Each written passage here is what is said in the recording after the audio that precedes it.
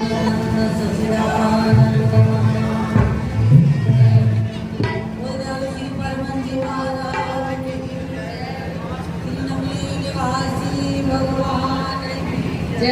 श्री नंगल बिहारी महाराज की जय, श्री परमपुरी सरकार की जय, श्री बाबा जी महाराज की जय, श्री स्वामी जी महाराज की जय। नमः पार्वती पते।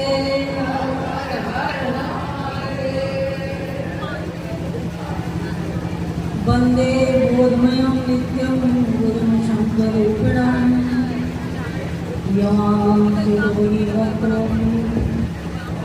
चन्द्रं सर्वत्र वर्तते ज्ञानमूलं गुरुमूर्ति पूजामूलं गुरुपदं मन्त्रमूलं गुरुवाक्यं मोक्षमूलं गुरुकृपा तुर्यानन्दकन्न सच्चिदानन्दं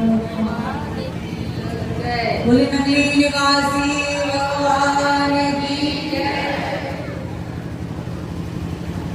गुरु भगवान के पावन सानिध्य में उपस्थित मंचा से वंदनीय संतजन, साध्वी बहने और गुरु माँ जी की प्यारी साथ संगत, सुबह से ही 4 बजे से ही प्रातःकाल महाराज जी के अवतार के समय ही सबने मंगल आरती करी, मंगल गान किए। तदुपरांत भी सारा दिन उन्हीं की याद में, उन्हीं के प्रेम में समस्त संगत अपने अंदर आनंदित हो रही है, खुशियाँ मना रही है, क्योंकि आज का दिन बड़ा शुभ दिन है। आज के दिन हमारे नगरी निवासी भगवान इस धराधाम पर हमारे ही कल्याण के लिए मानव तन धर के आए। गुरुजनों का इस धराधाम पर आने का कुछ हेतु होता है। हेतु रहित जग जुग उपकारी, तुम तुम्हारा सेवक असुरा। गुरु महाराज जी का जब जन्म हुआ पाकिस्तान में, उस समय भी प्रजा समाज बहुत कठिन अवस्था में थे। पठान लोग बड़ा प्रसिद्ध करते थे उन लोगों को, उन परिवारों को बहुत कष्ट था। लेकिन भगवान के अवतार के बाद वो धरा पवित्र हो गई, शुभ हो गई, वहाँ के सब अमंगल दूर हो गए, क्योंकि मंगल के दाता, कल्याण के दाता गुरु भगवान ने वहाँ अवतार ले लिया। अवतार के बाद अनंत लीलाएं करी। हम उन लीलाओं का श्रवण उनके पावन चरित्रों को पढ़ के कर सकते हैं, क्योंकि वो अनंत लीलाएं हैं, उनका वर्णन करना बड़ा कठिन है। जन्म के समय ही महाराज जी अभी 3 महीने के थे तो अदृश्य हो गए, क्योंकि वो ही नारायण विप्र धेनु सुर संत हित लीन मनुज अवतार, निज इच्छा निर्मित तनु माया गुण गोपाल। वो ही नारायण सबके कल्याण के लिए, सुख के लिए, आनंद के लिए इस धराधाम पर जब आते हैं तो मनुष्य तन धर के आते हैं।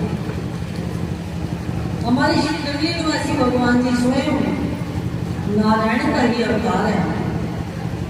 जब महाराज जी अदृश्य हो गए, अभी 3 महीने के बालक ही थे, तो सब तरफ अपना तपनी मच गई कि पता नहीं बालक कहाँ अदृश्य हो।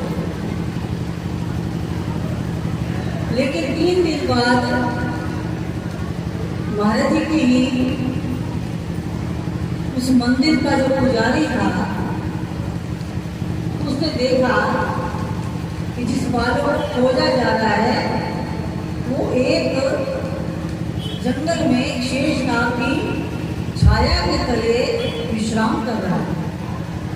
वो डर गए कि कोई जीव उठा के ले गया होगा, जंगल में छोड़ दिया, अब यहाँ पे शेषनाग के चंगुल में फंस गए हैं, अब इनको कैसे मुक्त कराया जाएगा। लेकिन जब सूचना दी घर जाके सब लोग आए तो वह शेषनाग नहीं थे, केवल गुरु भगवान थे, छोटे से बालक के रूप। शेषनाग तो उनकी सेवा में आए थे क्योंकि धूप थी, छाया करने के लिए आए थे, क्योंकि वो उनके सेवक नहीं, हर युग में उनकी सेवा करते हैं। जब त्रेता युग में आए थे तो लक्ष्मण बन के आए, और जब द्वापर युग में आए तब बलदाऊ जी बन के आए। तो जब गुरु महाराज जी लीला करने आए तो शेषनाग अन्य देवी देवता भी किसी न किसी रूप में आए। हमारे गुरु भगवान के जितने शिष्य हुए वो भी सब अलौकिक शक्तियाँ थी। उन शक्तियों के विषय में भी जब हम सुनते हैं तो लगता है कि हमने उनके सानिध्य में केवल अनमोल समय को नष्ट ही कर दिया। हमारे नंदन बिहारी भगवान असिद्धियाँ प्राप्त की, वो भी श्री नंदी निवासी भगवान के शिष्य थे। ऐसे सुना है कि 800 शिष्य गुरु महाराज जी के थे। ऐसे मेरे श्री नंदी निवासी भगवान सब शक्तियों से युक्त, लेकिन सामान्य मानव की तरह इस दरा धाम पर मानव लीला करने आए थे और मानव मात्र का कल्याण करने आए। महाराज जी के जीवन चरित्र में अनंत बातें हैं, लेकिन जैसा स्वामी रामानंद जी कह रहे थे कि सृष्टि में रजोगुण, तमोगुण, सतोगुण की 3 प्रकार की वृत्ति के जीव होते हैं। सत्वा संजायते ज्ञानम, ज्ञानम दैवत केवलम। जब चित्त जो है सतोगुणी हो जाता है तो तब उसको ज्ञान प्राप्त होता है, तो विमुक्त हो जाता है, मुक्त भाव होता है।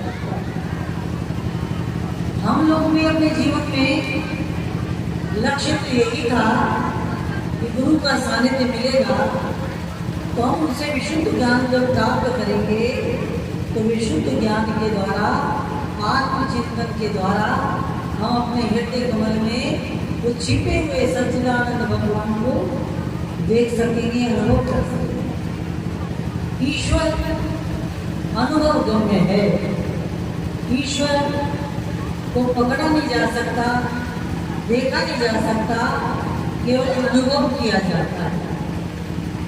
अनुभव करने के लिए मेरे गुरु महाराज कहते थे, जब तक तुम्हारा चित्त विक्षिप्त अवस्था को प्राप्त है, अशुद्ध है, अपवित्र है, मलिन है, तब तक तुम कभी भी उस सच्चिदानंदन भगवान का एहसास नहीं कर सकते।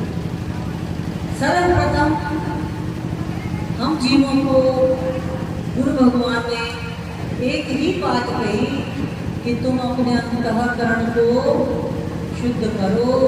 शुद्ध अंतःकरण ही भगवत प्राप्ति का अधिकारी है, भगवान को देखने जानने का अधिकारी।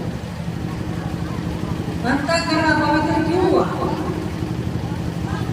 मल विक्षेप का आवरण होने से जीव का अंतःकरण मलिन हो गया। मल किसको कहते हैं? जो सत्य है वो असत्य लग रहा है, जो असत्य है वो सत्य लग रहा है, जो त्याज्य है उसको हम ग्रहण करते हैं, और जो ग्रहण करने योग्य है उसको हम छोड़ देते हैं। ये जो विक्षिप्त अवस्था है हमारी, ये सत्य का बोध नहीं करना चाहिए किसी को।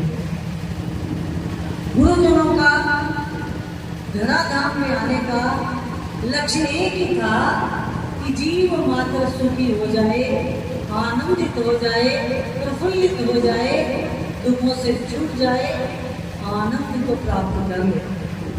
और उनका कोई लक्ष्य नहीं था। ये जो बाकी आडंबर रचे जाते हैं, ये आश्रम बनाना, वीर मातरों को प्रेरणा करना, आश्रमों की सेवा, समाज की सेवा, गुरु की सेवा इत्यादि जो साधन हैं, इन साधनों के पीछे भी एक ही लक्ष्य है, भगवत प्राप्ति, ईश्वर की प्राप्ति, और कुछ नहीं। लेकिन सेवा इत्यादि कर्मों को करने वाला अंतःकरण कहता है। अब सब कहते हैं, बड़े बड़े नेता भी कहते हैं कि हम देश की सेवा कर रहे हैं, समाज की सेवा कर रहे हैं, कल्याण का भाव रखते हैं। अगर सचमुच उनके अंदर ये भाव आ जाए कि हम देश का कल्याण कर रहे हैं, देश की सेवा कर रहे हैं, समाज की सेवा कर रहे हैं, तो निश्चय ही देश जो है उन्नति करेगा, तरक्की करेगा और हर प्रकार की सुविधाओं से युक्त होगा। लेकिन कोई कोई महान आत्मा, कोई कोई पवित्र आत्मा ऐसे भी हैं आज देश और समाज में, जिनके द्वारा आज भी देश में सेवा कार्य हो रहे हैं, समाज के कार्य हो रहे हैं। उसके पीछे एक ही बात है, उनके जीवन में केवल निष्काम सेवा है और पवित्र अंतःकरण। हमारे गुरु भगवान ने हमको इस बसंत पृथ्वी पर केवल उद्बोधन में यही कहा कि तुम लोग यहाँ आए हो, ये समझ लो यहाँ आना कोई मामूली बात नहीं। तुम्हें जो गुरुधर प्राप्त हुआ, तुम लोग यहाँ आए, ये बहुत बड़ी बात है। अनेक जन्मों के पवित्र कर्मों का, शुभ कर्मों का जब उदय होता है तो संतों का समागम प्राप्त होता है, संतों का दर्शन प्राप्त होता है, संतों का ज्ञान प्राप्त होता है। तब जीव अनंत प्रकार के कलेशों से मुक्ति को प्राप्त होता है।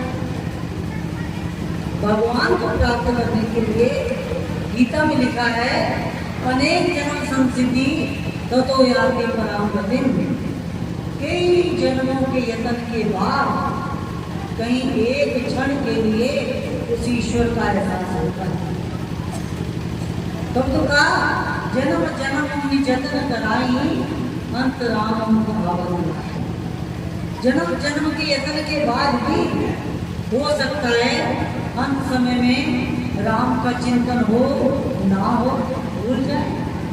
लेकिन हमेशा अगर यही भाव बना रहे कि हर सांस में वो सुमिरन तेरा, ऐसा बना लो तो जीवन मेरा, मेरा हर क्षण हर पल उन्हीं के चिंतन में बीते, उन्हीं के ख्याल में बीते, उन्हीं की याद में बीते, उन्हीं के प्यार में बीते, उनकी सेवा में बीते, तो हो सकता है आखिरी क्षण भी ऐसा हो कि मेरा चित्त उन्हीं में हो जाए, उनमें लय हो जाए। ये तब हो सकता है जब बराबर इस बात का अभ्यास और वैराग्य का चिंतन बहुत करना चाहिए। वैराग्य ही मन विक्षेप के आवरण को दूर करे। वैराग्य वृत्ति जो है वो अपने चित्त को हमेशा सत्य असत्य के विवेचन में रखता है। जिस संसार में मैं रह रहा हूँ, जिसके लिए इतना प्रपंच रच रहा हूँ, जिसको मैंने इतना सत्य मान लिया है, क्या ये सत्य है?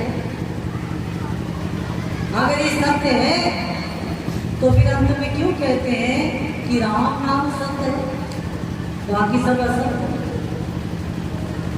इसका मतलब ये सत्य नहीं है। ये कभी भी हमसे छीन लिया जाएगा, ये कभी भी हमारे हाथ से छूट जाएगा। ये माया प्रपंच केवल देखने के लिए, भौतिक संसार के कार्यों के लिए, समाज की सेवा के लिए, अन्य सब कार्यों के लिए ये भौतिक संसार नारायण ने इसकी रचना की है, लेकिन ये सत्य नहीं है। सत्य क्या है?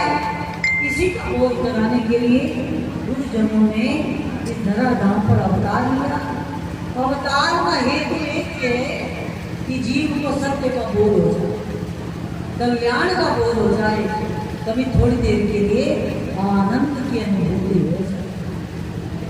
समस्त कार्यों से विक्षिप्त मन जब थोड़ी देर के लिए संसार की आसक्ति को त्याग करके जब आत्मचिंतन में बैठता है, आत्मचिंतन में होता है, गुरुदेव के द्वारा दिए नाम का स्मरण करता है, तो निश्चय ही उसको एहसास होता होगा कि मेरे चित्त में कहीं ना कहीं आनंद की अनुभूति हो। इसी आनंद की प्राप्ति के लिए गुरु भगवान हम सबके बीच में आए, हमको सेवा सुनने का मार्ग दिया।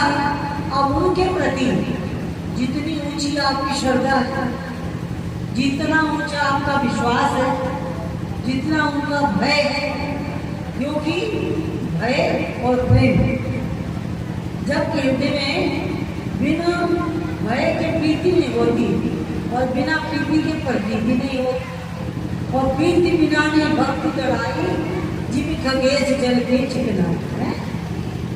जब तुम्हारे दिल में या हमारे दिल में भगवान की प्रति प्रीति नहीं होती, तब तक उसकी प्रतीति भी नहीं होती, और प्रीति के बिना जीवन में भक्ति आ जाए ये बड़ा असंभव कार्य है। पहले अपने चित्त में उनके लिए दृढ़ विश्वास, पूर्ण विश्वास है ना।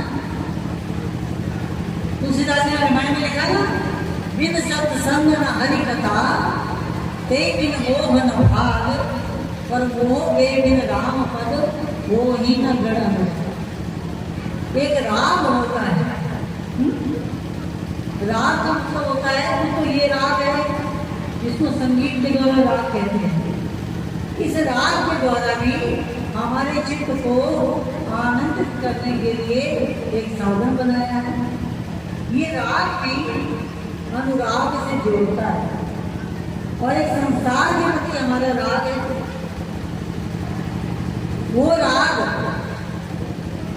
विषय आसक्ति का राग, मोह कामादि का राग और दुनिया भर के प्रपंचों का राग जब भूल जाता है तो अनुराग उत्पन्न होता है। इष्ट के प्रति, प्रभु के प्रति, नाम के प्रति, भजन के प्रति अनुराग होता है।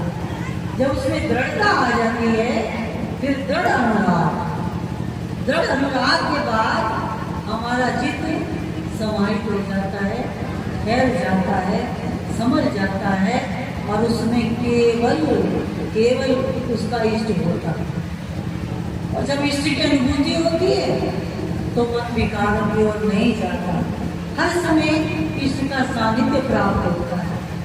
ये तो हमारी श्रद्धा और विश्वास पर आधारित है कि हम अपने गुरु के प्रति कितनी बड़ी श्रद्धा रखते हैं, कितना ऊंचा विश्वास रखते हैं। अगर विश्वास ऊंचा है तो भगवान कहते हैं, न कास्ते विदित देवो न पाषाणे न मृण्मय, भावे ही विदित देवो तस्मात् भाव ही कारण। न भगवान किसी लकड़ी में है, न पत्थर में है, न रेत और मिट्टी में है। भगवान कहाँ है? जहाँ हमारा भाव दृढ़ होता है वहाँ भगवान प्रकट हो जाते हैं। कहते जगन्नाथपुरी में आज भी 12 साल के बाद जगन्नाथपुरी में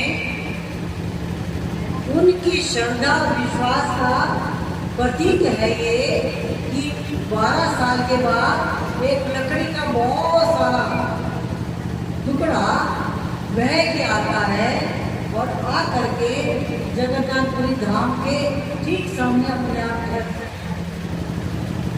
और वहाँ के लोग कई दिन से अनुष्ठान करते हैं कि हमारे ठाकुर के लिए जो आकृति तैयार होगी वो आकृति इन्हीं पत्थर इसी लकड़ी के द्वारा तैयार। तो वहाँ की सरकार, वहाँ का समाज, वहाँ के राजा, समस्त लोग अपनी दृढ़ श्रद्धा, विश्वास, धारणा के अनुसार उसका इंतजार करते हैं तो काश वो लकड़ी वहाँ के ठहर जाए। जो वहाँ की रुक जाती है, फिर उस लकड़ी से ही जगन्नाथ भगवान जी की आकृति तैयार होती है।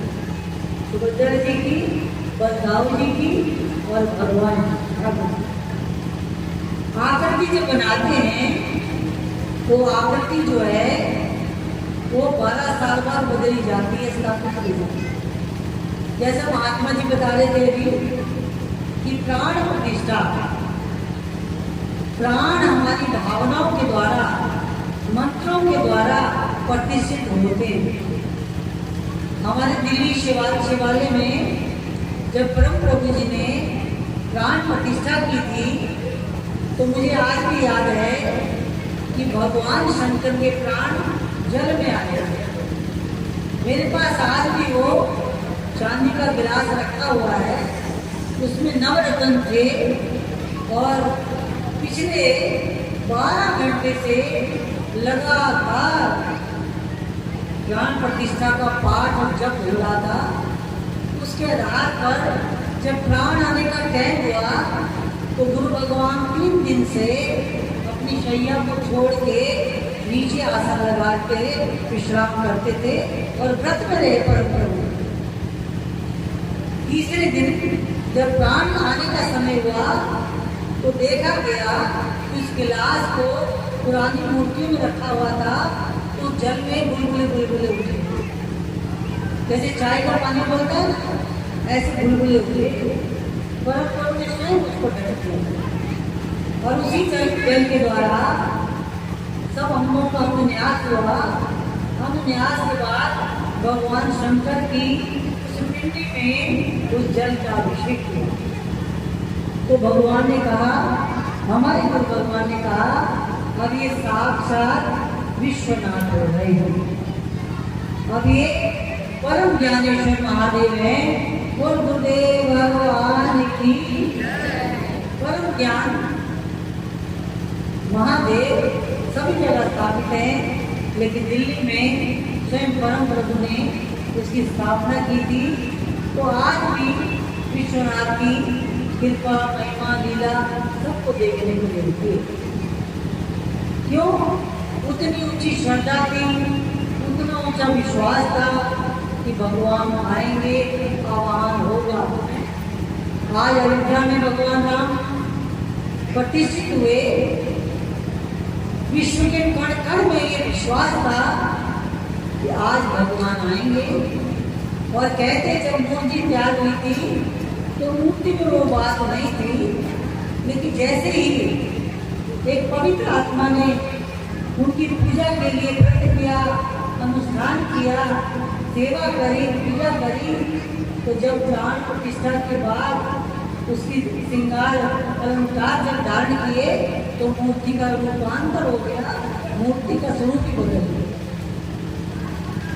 इसी प्रकार जगन्नाथपुरी में भी जब मूर्ति की आकृति बन जाती है तो जो पुरानी मूर्ति होती है उस मूर्ति में भगवान के प्राण अवस्थित होते हैं। कहते हैं कि सारे मंदिर के पुजारी आंखों में पट्टी बांधते हैं। पट्टी बांधने का विधान तो जहाँ जहाँ प्राण प्रतिष्ठा होती है वहाँ सभी का है, लेकिन आजकल आंख बंद कर लेते हैं। लेकिन वहाँ अभी भी ये नियम है कि लोग पट्टी बांधते हैं। पट्टी बांधने के बाद जो मेन पुजारी होता है वो पुरानी मूर्ति के विग्रह में अपना हाथ स्पर्श करता है तो उसको एक किसी चीज की वाइब्रेशन सी महसूस होती है और उसको लगता है कि अंदर से कोई धड़कन है, कोई ऐसा हृदय धड़क रहा है और वो हृदय को मैं स्पर्श कर रहा हूँ और उस हृदय को स्पर्श करके वो अपने उस भावना के द्वारा उन प्राणों को नई मूर्ति में प्रवेश कराता है। इस प्रक्रिया के द्वारा उनकी भावना के द्वारा श्री जगन्नाथपुरी में वहाँ प्राण प्रतिष्ठा होती है। 12 साल तक उस मूर्ति की उसी प्रकार पूजा होती है। तो अपनी अपनी भावना के अनुसार सब लोग वहाँ अपनी भावनाओं को समर्पित करते हैं और अपनी कामनाएं भी पूरी करते हैं। इसी प्रकार गुरु भगवान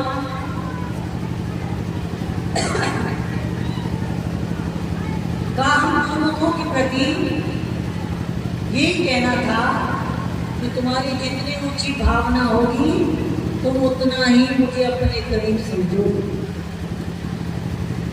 और तुम्हारी भावना मलिन है तो मैं तुम्हारे करीब भी रहता हूँ तो भी तुम्हें मेरा एहसास कभी नहीं होगा। जैसे सुन रहे थे ना, परीक्षा लेते थे, गुरुवारी बीच बीच में जाके परीक्षा लेते थे कि जैसा हम कहते हैं वैसे हम हैं कि नहीं। मैं सेवक हूँ, मैं सेवा करता हूँ, मैं दास हूँ। कभी कभी भगवान किसी न किसी में परीक्षा भी लेते हैं, इसमें दास से भाव है भी कि नहीं, सेवा भाव है भी कि नहीं, कि देखा देखी करता है ना? हम साधुओं के लिए भी नगरी निवासी भगवान ने कहा था, ऐ संतो तुमको भी मैं एक उपदेश देके अंतिम उपदेश में लिखा हुआ है कि साधु भी ये याद रखें कि तुमको जो कुछ प्राप्त है वो गुरु कृपा के द्वारा प्राप्त है। तुम्हारा तो इतना ही सौभाग्य है कि तुम्हारे कई जन्मों के पुण्य से तुम्हें गुरु महाराज मिले, और तुमने अपने जीवन में अपने लिए कुछ नहीं करना है, जो कुछ भी करना है अपने गुरु भगवान के लिए करना है। और कभी याचक मत बनना।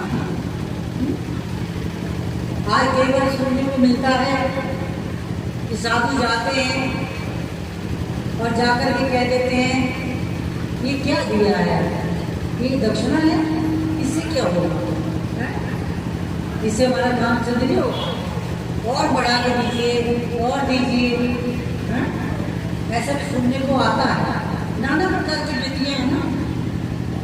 और इस माया प्रपंच से बचने के लिए गुरुगान जी ने कहा, उसी माया प्रपंच को एकत्रित करने के लिए तुम साधु लोग प्रपंच मत करो।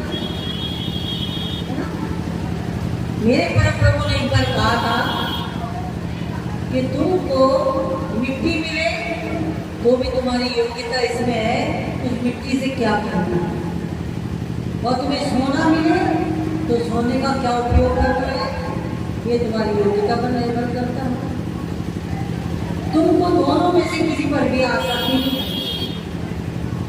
तो साधुओं के लिए उन्होंने कहा कि ये तो दान का टुकड़ा, इसके लंबे लंबे दान, अरे भजन करेगा तो उभरेगा, नहीं तो फाड़ देंगे हम। तो सेवा और भजन करोगे तो ये तुम्हारे लिए प्रसाद बन जाएगा, ये तुम्हारे लिए सब कुछ कल्याण करेगा। अगर तुमने इसके प्रति आसक्ति रखी तो ये तुम्हारा नाश भी कर सकता है। और भक्तों के लिए कहा कि तुमने जीवन में अगर कुछ समर्पण करना है तो वही अभिमान मत करना।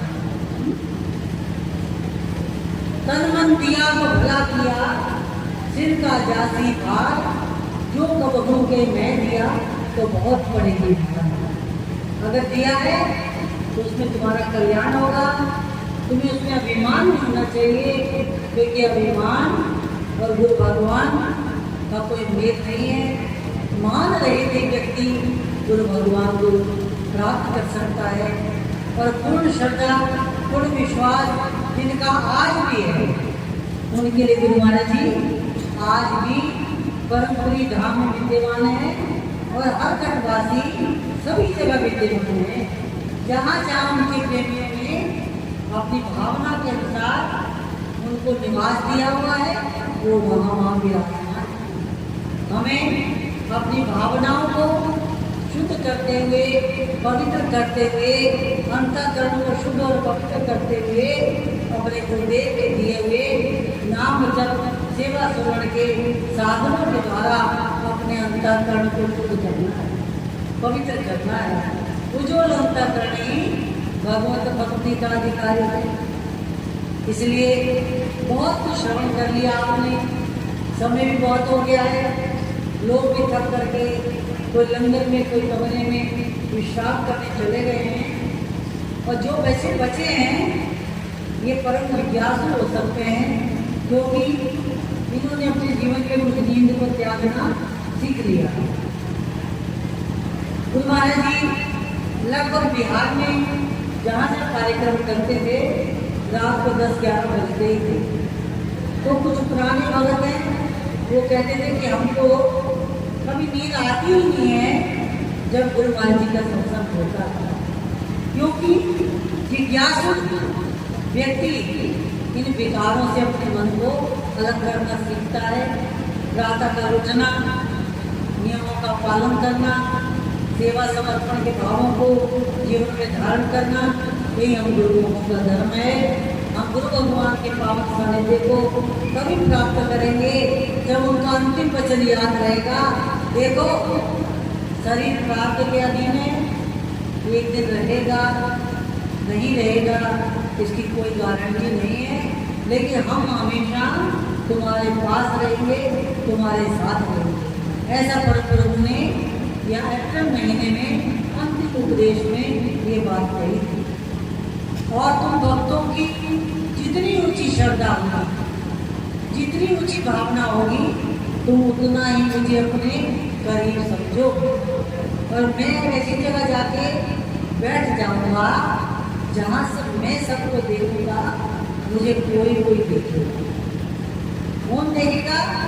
जिसकी जितनी ऊंची श्रद्धा होगी, जितना ऊंचा विश्वास होगा, वो एहसास करेगा कि मेरे गुरु भगवान सहदेव मेरे करीब है, मेरे पास है। और याद रखना, गुरु महाराज जी कहते थे कि अब भाई जैसी जिसकी चाकरी वैसा ही फल दे, तुम जैसा जैसा कर्म करोगे वैसा वैसा फल मैं तुमको दूंगा। तो गुरु महाराज जी आज भी सब भक्तों के हृदय कमल में विराजमान है, पूज्य समाधि में साक्षात विद्यमान है। और हम लोग अपने गुरु भगवान को साक्षात शिव ही समझते हैं। वंदे बोधमयम नित्यम गुरु शंकर रूपिणम यमाशतो भक्तों चंद्र वंदते।